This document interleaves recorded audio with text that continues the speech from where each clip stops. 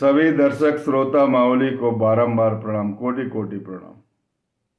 मैं नमन करता हूँ और ईश्वर से प्रार्थना करता हूँ कि आपका जीवन सुखी हो जाए, आप इस भवसागर को आराम से पार कर लें और आपकी सभी अभिलाषा पूर्ण होती रहे और आपके अंदर सात्विक भाव जन्म ले ले, प्रेम और भक्ति का बीजारोपण हो जाए और ये प्रेम और भक्ति आपको इस संसार सागर से पार करने में सहायक सिद्ध हो जाए।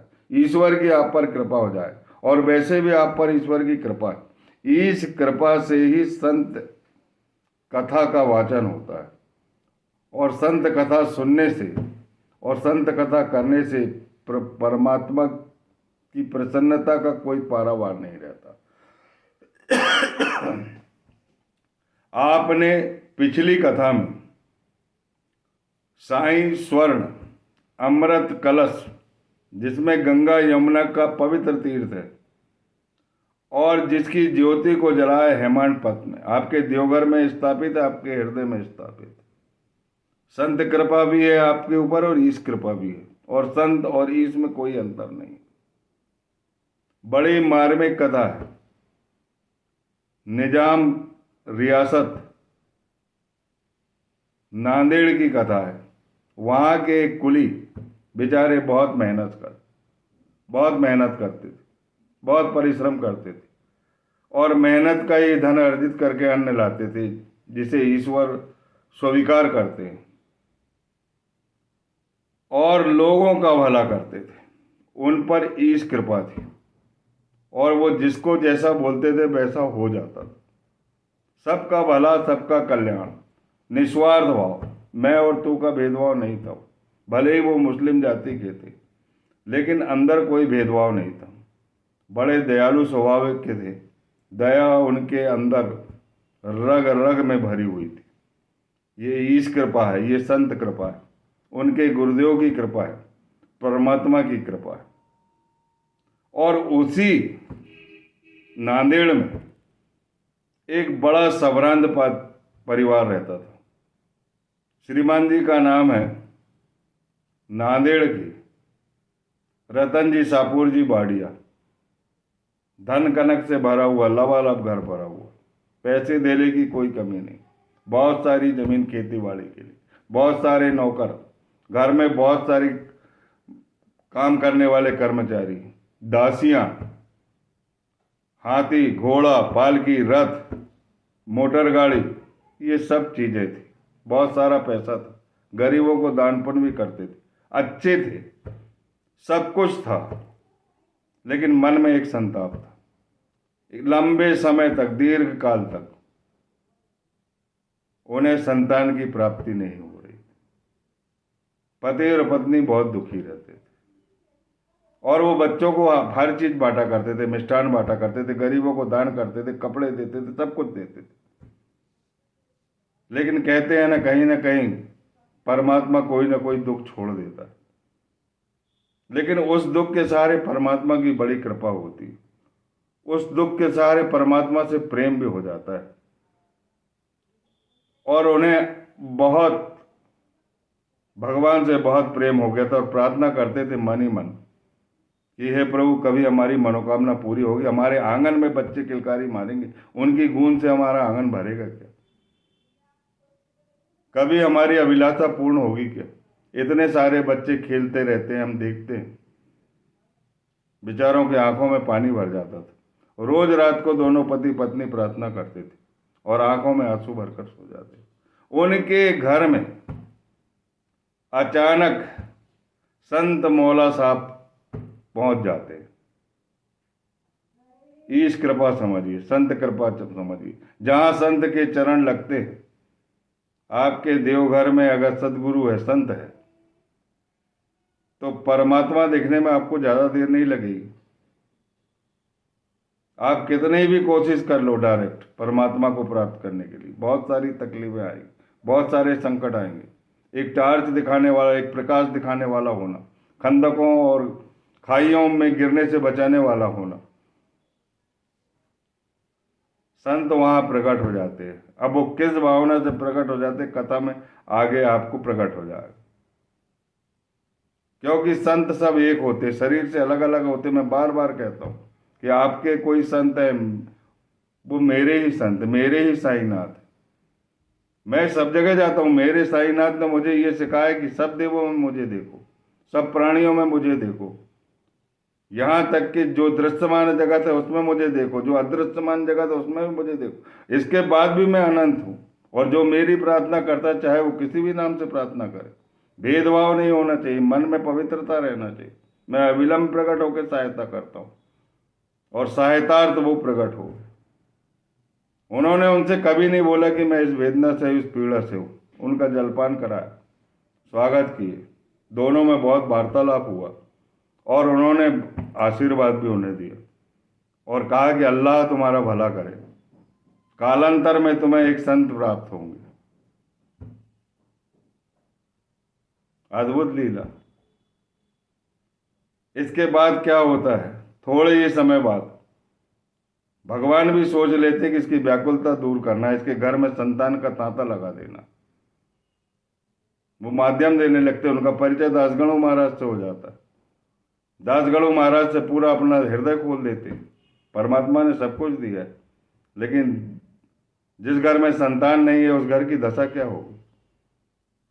कमल रहित तालाब जैसी दशा। सुहागिन स्त्री बिना सुहाग के रहे तो उसकी कैसी दशा होती है? गायक गायन कला तभी सुशोभित होती है जब उसके साथ संगीत होता है। परमात्मा ने सब कुछ दिया, लेकिन पुत्र एक संतान नहीं दी, कुल कौन चलाएगा? ये धन किस काम का? और ऐसा नहीं कि वो सब बच्चों को अपने बच्चों जैसा समझते थे, सबको बांटते थे, सबसे प्यार करते थे, गरीबों को दाना पानी देते थे, वस्त्र दान करते थे, दयालु प्रकृति भी थी उनकी। ऐसा नहीं कि धन कनक से आदमी को अहंता आ जाती थी, लेकिन रतन जी सापुर जी बाडिया के अंदर बिल्कुल अहंता नहीं थी। इसीलिए परमात्मा ने उन्हें सुना, संत मौला को वहां पहुंचा दिया, जिनके मन में कोई भेदभाव नहीं, जिनके मन में कीर्ति कामिनी और काचन का कोई स्थान नहीं था, और जिनके मन में हिंदू मुस्लिम का कोई भेदभाव नहीं था, जाति पाति का कोई भेदभाव नहीं था, सब समान। और जो मेहनत की कमाई खाते थे, कभी किसी से कुछ नहीं मांगते थे, लेकिन परोपकार करते थे। इस कृपा हो गई उन पे। जो आदमी ऐसा परोपकार करता है और मेहनत के पैसे से अपने घर चलाता है, जो निस्वार्थ भाव से काम करता है, उस पर परमात्मा की बेहद कृपा रहती है। और वही कृपा संत मौला साहब पर थी, और वो पहुंच गए।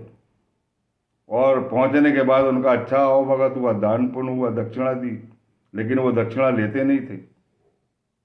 और उनका अच्छा स्वागत किया, उनमें वार्तालाप हुआ, और उन्होंने आशीर्वाद दिया, और कालांतर में तुम्हें संत मिलेंगे। कितनी अद्भुत लीला है। दासगणु महाराज मिल गए। दासगणु महाराज के सामने हृदय खोल दिया उनने, और दासगणु महाराज ने बोल दिया कि यह बात तो समर्थ साईनाथ ही पूरी कर सकते। वो प्रेम दृष्टि से सब कुछ दे देते, प्रेम दृष्टि से दुख हर लेते हैं, सबका कल्याण कर देते हैं। उनकी लीला बड़ी अद्भुत है। मैं स्वयं दुष्ट और अधार्मिक जनों की संगति में पड़ गया था, लेकिन विट्ठल रखमाई की कृपा ऐसी हुई कि सदगुरु साईनाथ मुझे मिल गए, और सदगुरु साईनाथ ने स्वयं विट्ठल रखमाई के दर्शन कराए, मुझे प्रयाग स्नान कराया। और क्या चाहिए? उनसे ज्यादा समर्थ और कौन हो सकता है? आप जल्दी चले जाइए। साईनाथ महाराज के जैसे ही दर्शन करते तो उनका मन द्रवित हो जाता, आंख से आंसू बहने लगते, सिसकियां बनने लगते, हिचकोले बनने लगते, जोर जोर से रोने लगते। ये सब बातें होती इस कृपा के कारण, और ये सब भाव जागृत होते इस कृपा के कारण। उन्होंने अपनी सारी व्यथा बता दी।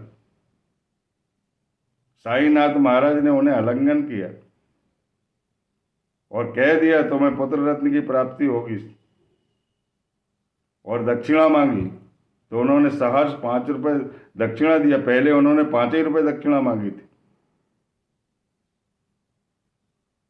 तो फिर कहने लगे कि नहीं नहीं, 5 रुपए नहीं चाहिए, मैंने तुमसे 3 रुपए 2 आने पहले ही ले लिया हूं। 3 रुपए 2 आने पहले ही मिल गए, शेष पैसे मुझे दीजिए। तो उन्होंने शेष पैसे दिए, और शेष पैसे देकर अपनी सांगता पूरी की। पर बड़ी आश्चर्य और एक विलक्षण घटना होती है। 3 रुपए 14 आने पहले ही दे चुके हैं, ऐसा उन संत ने बोला। मुझे याद नहीं आ रहा था इस फिलो के कारण, मैं क्षमा चाहता हूँ। 3 रुपए 14 आने मुझे पहले ही मिल गए, आप केवल 1 रुपए 2 आने दे दीजिए, शेष पैसे ही दीजिए। और उन्होंने वो शेष पैसे दे दिए और वो 3 रुपए 14 आने जो है वापिस कर दिए। अब आशीर्वाद मिल गया, सब कुछ हो गया, प्रेमालाप हो गया, प्रेम अश्रु का अश्रुपात हो गया, अभिषेक हो गया, सब कुछ हो गया। साईनाथ महाराज ने वचन दे दिए कि तुम्हें संतान की प्राप्ति होगी। अब ये वापिस आ जाते हैं नांदेड़। नांदेड़ आने के बाद सब दासगणु महाराज से बताया उन्हें, सब कुछ रहा, कृपा हुई, प्रेमालाप हुआ, वार्तालाप हुआ, बहुत अच्छा लगा, सुखद अनुभूति हुई, आनंद का धाम मिल गया। परंतु एक बात ये समझ में नहीं आई कि साईनाथ महाराज मुझसे कहने लगे कि मुझे 3 रुपए 14 आने पहले ही मिल गए, शेष राशि भर दे दीजिए। पहले 5 रुपए दक्षिणा मांगी और फिर उनको तुरंत याद आ गया, नहीं नहीं, बोले 5 रुपए नहीं चाहिए, 3 रुपए 14 आने मैंने तुमसे पहले ही ले लिया, मुझे शेष राशि दे दीजिए।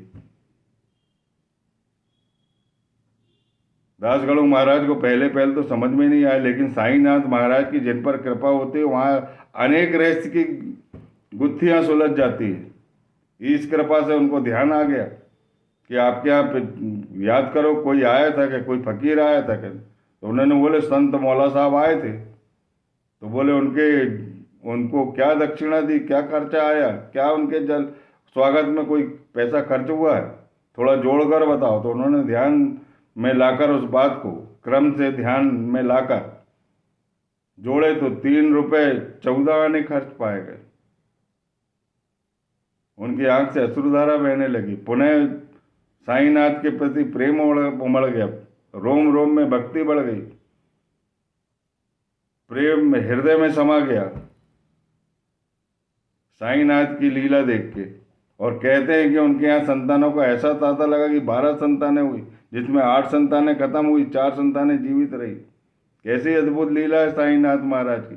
जहाँ संत चरण लगते हैं वहाँ कष्ट दे जाते, हवा हो जाते,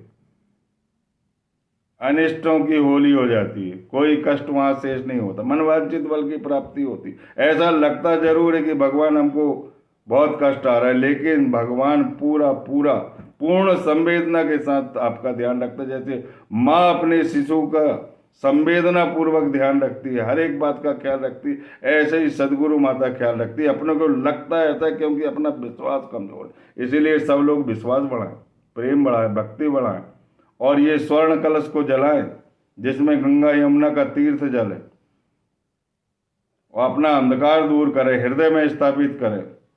जो 52 कलश को प्राप्त करेगा उसका दुनिया क्या करेगी, उसके पास तो सब कुछ हासिल हो जाएगा।